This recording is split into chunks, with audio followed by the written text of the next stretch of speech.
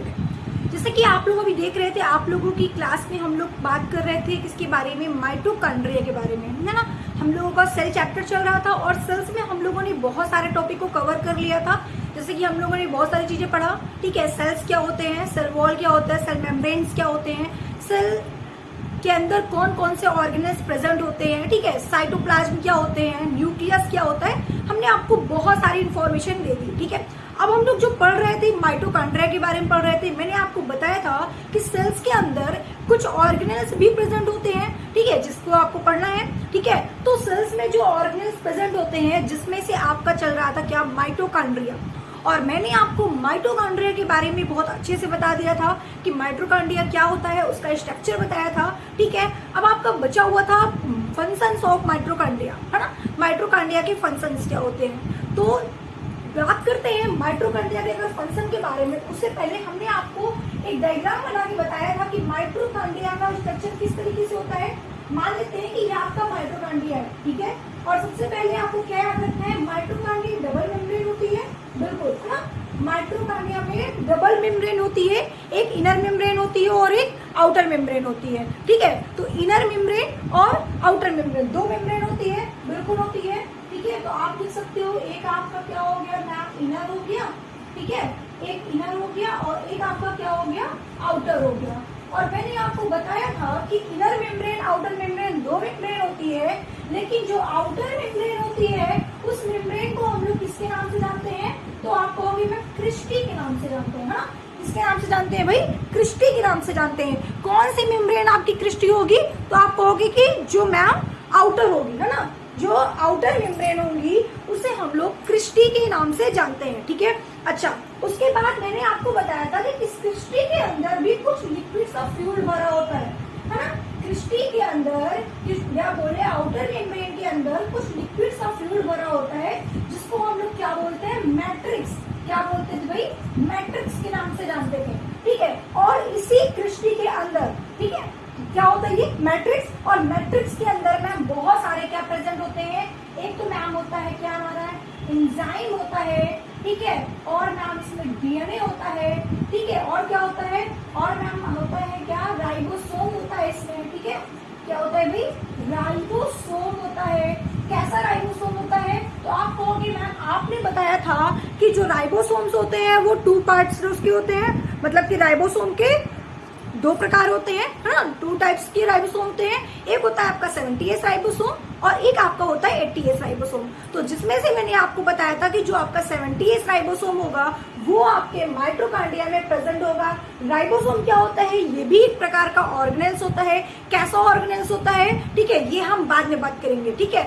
अभी आपको बस इतना याद रखना है कि माइटोकॉन्ड्रिया में जो मैट्रिक्स होता है, ठीक है, मैट्रिक्स के अंदर कुछ डीएनए प्रेजेंट होते हैं और माइटोकॉन्ड्रिया का खुद का डीएनए होता है, ठीक है। माइटोकॉन्ड्रिया एक ऐसा ऑर्गेनेल्स है जिसका खुद का डीएनए होता है, तो भैया इसके पास डीएनए है, एंजाइम है, राइबोसोम प्रेजेंट होते हैं, मतलब कि ये ऑलरेडी एक ऑर्गेनेल्स है ना। माइटोकॉन्ड्रिया एक ऑलरेडी ऑर्गेनेल्स है, तो ऑर्गेनेल्स के अंदर भी ऑर्गेनेल्स प्रेजेंट होते हैं, ठीक है। तो अगर ऐसा क्वेश्चन आपके एग्जाम में आता है तो आपको याद रखना है कि माइटोकॉन्ड्रिया के अंदर राइबोसोम प्रेजेंट होते हैं, ठीक है। और राइबोसोम कौन सा राइबोसोम होता है, तो 70S राइबोसोम होता है, ठीक है। राइबोसोम 2 प्रकार के होते हैं, 70S राइबोसोम और 80S राइबोसोम, ठीक है। उसके बाद आपको क्या ध्यान देना है भाई, मैट्रिक्स हो गया, राइबोसोम हो गया, इनर मेम्ब्रेन हो गया, आउटर मेम्ब्रेन हो गया, है ना। तो इस तरीके से आपके अंदर इतनी सारी चीजें डली हुई है ना। अच्छा, और उसके अलावा आपको क्या याद रखना है, तो आपको याद रखना है भैया कि जो माइटोकॉन्ड्रिया होता है ना, हम लोगों को जो आज की क्लास में पढ़ना था उसके फंक्शंस के बारे में पढ़ना था।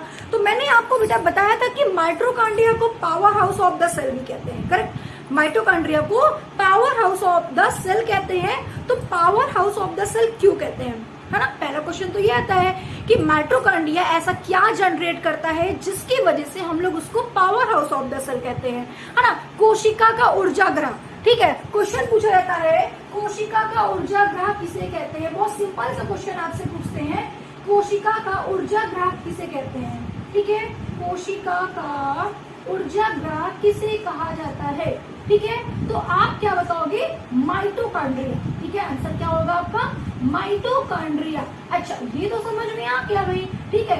या फिर आपसे पूछा जा सकता है, सॉरी, या फिर आपसे पूछा जा सकता है कि शक्ति ग्रह, कोशिका का शक्ति ग्रह किसे कहते हैं, ठीक है, कोशिका का शक्ति ग्रह किसे कहते हैं, ये भी पूछा जा सकता है, ठीक है। ऊर्जा ग्रह भी पूछा जा सकता है, शक्ति ग्रह भी पूछा जा सकता है, ठीक है। और कोशिका का power house of the cell किसे कहते हैं, ऐसा भी पूछा जा सकता है आपका, है ना। कोशिका का मतलब कि सेल का power house of the cell किसे कहते हैं, ठीक है। एक मिनट थोड़ा सा रुकिए, तो है ना, सेल का power house of the cell किसे कहते हैं, तो आप क्या कहोगे, माइटोकॉन्ड्रिया कहते हैं, ठीक है। तो चाहे आपसे ये ऊर्जा ग्रह एनर्जी, ठीक है, या शक्ति ग्रह पावर प्लांट, ठीक है, ऐसा क्वेश्चन पूछे तो आप कंफ्यूज मत होइएगा। वही मतलब होता है, चाहे आप power house of the cell बोलो, चाहे ऊर्जा ग्रह बोलो, चाहे आप शक्ति ग्रह बोलो, ठीक है। तो सबका आंसर आपका क्या होगा, एक ही होगा, जिसे हम लोग बोलते हैं माइटोकॉन्ड्रिया, ठीक है। अच्छा, अब मेन क्वेश्चन ये आता है कि मैम आपने बताया था कि हम इसे power house of the cell कहते हैं, तो ये करता क्या है जो इसे हम power house of the cell कहते हैं। तो मैं आपको बताई थी कि ये एटीपी जनरेट करता है। यहाँ पे लिखा है this organism is a cellular power plant because it generate the cellular energy, है ना। ये आपको एनर्जी प्रोवाइड करता है।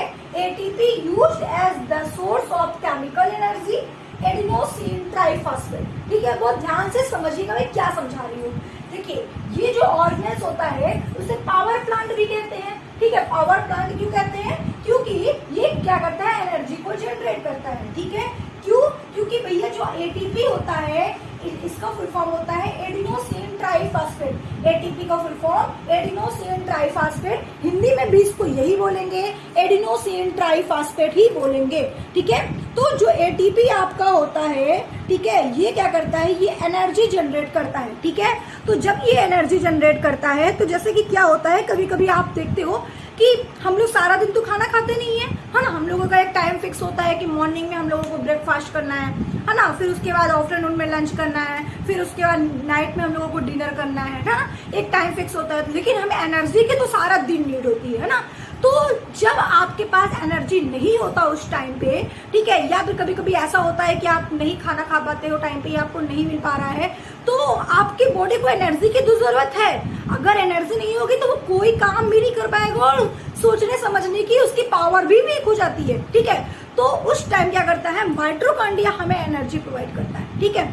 हमारे बॉडी में ऐसे बहुत सारे हमारे बॉडी में ऑर्गेनेल्स प्रेजेंट होते हैं जो हमें, हमारे पास जो चीजें नहीं होती वो हमें प्रोवाइड करते हैं। जैसे कि अभी आपने राइबोसोम का नाम सुना है, तो राइबोसोम का काम क्या होता है, इसको प्रोटीन फैक्ट्री बोलते हैं। मतलब ये प्रोटीन को प्रोड्यूस करती है, प्रोटीन का संश्लेषण करती है। तो जब हमारे बॉडी में प्रोटीन की कमी होती है कभी, तो थोड़ा बहुत हमें प्रोटीन राइबोसोम से मिल जाता है, काम चलाओ, ठीक है।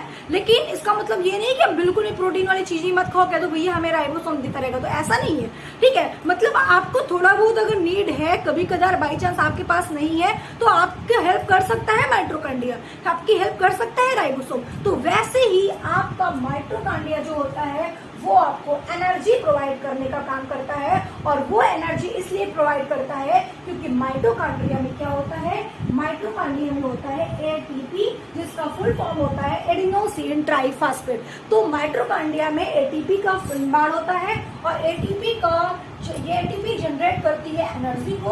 और एनर्जी हमें जब मिल जाता है, ठीक है, जब हमें कभी नीड होता है, तो हमें ये क्या करता है भैया, माइटोकॉन्ड्रिया देने का काम करता है। तो माइटोकॉन्ड्रिया का मेन फंक्शन अगर आपसे कोई पूछे तो बस आप क्या बोलोगे, आपका इतना आंसर होगा, प्रोटेक्शन ऑफ एटीपी।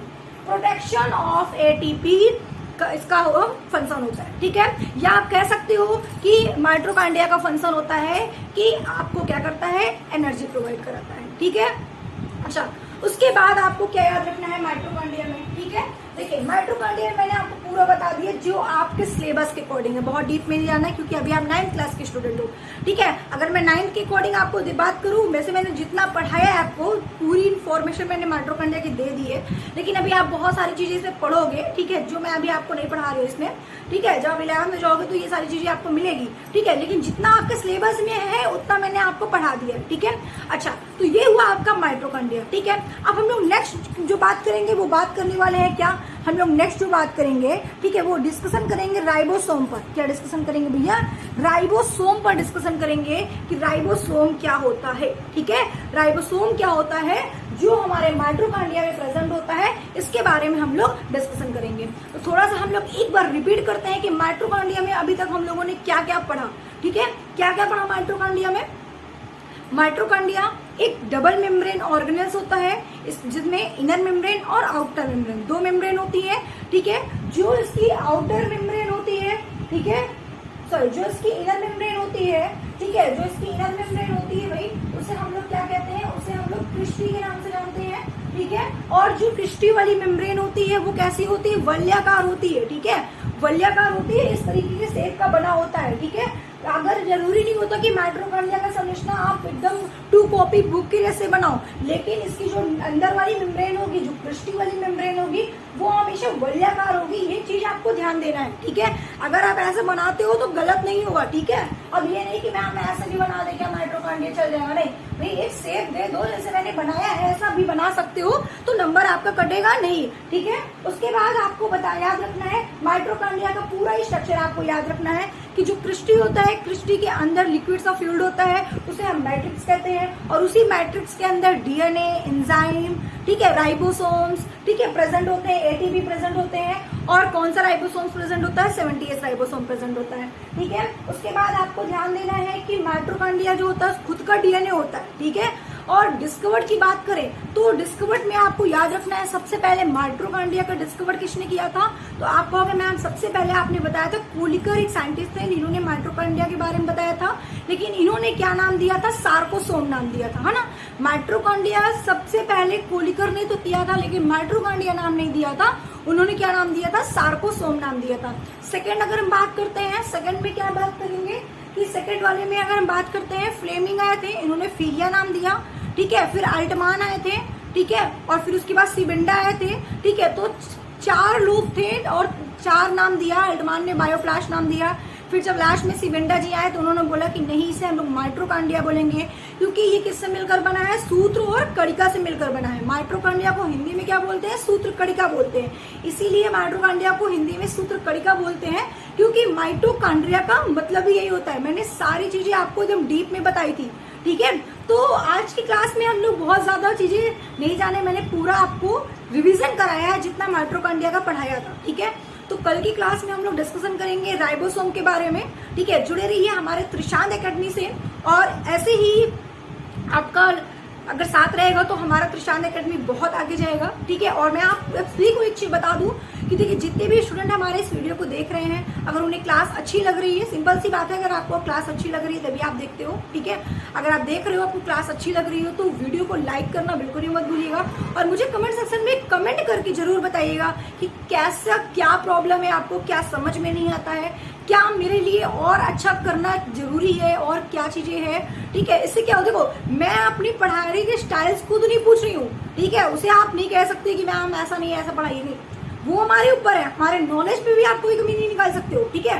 लेकिन हाँ, अगर कहीं स्पीड पढ़ा रही हूँ या फिर स्लो पढ़ाना चाहिए या फिर और भी चीज, जो भी चीजें हैं, ठीक है, आपको लग रहा है तो आप मुझे कमेंट करके बता सकते हो, ठीक है। इससे क्या होगा भाई, देखो आप स्टूडेंट हो, ठीक है, और मैं टीचर हूँ, मुझसे बेहतर कोई नहीं जान पाएगा कि बच्चों को कैसे पढ़ाना चाहिए, लेकिन आपसे बेटर कोई नहीं बता पाएगा कि हमें कैसे समझ में आ रहा है, ठीक है। तो जो भी इस वीडियो को देख रहा है, जो भी कमियां हैं, जो भी लग रहा है आप लोगों को चेंज करना चाहिए, ठीक है, वॉइस की प्रॉब्लम है, कुछ भी कोई भी इशू आती है तो कमेंट करके मुझे जरूर बताइएगा, और जितने भी स्टूडेंट हैं हमारे इस वीडियो को जरूर शेयर करिएगा। बने रहिए हमारे त्रिशांत एकेडमी के साथ। Okay, thank you.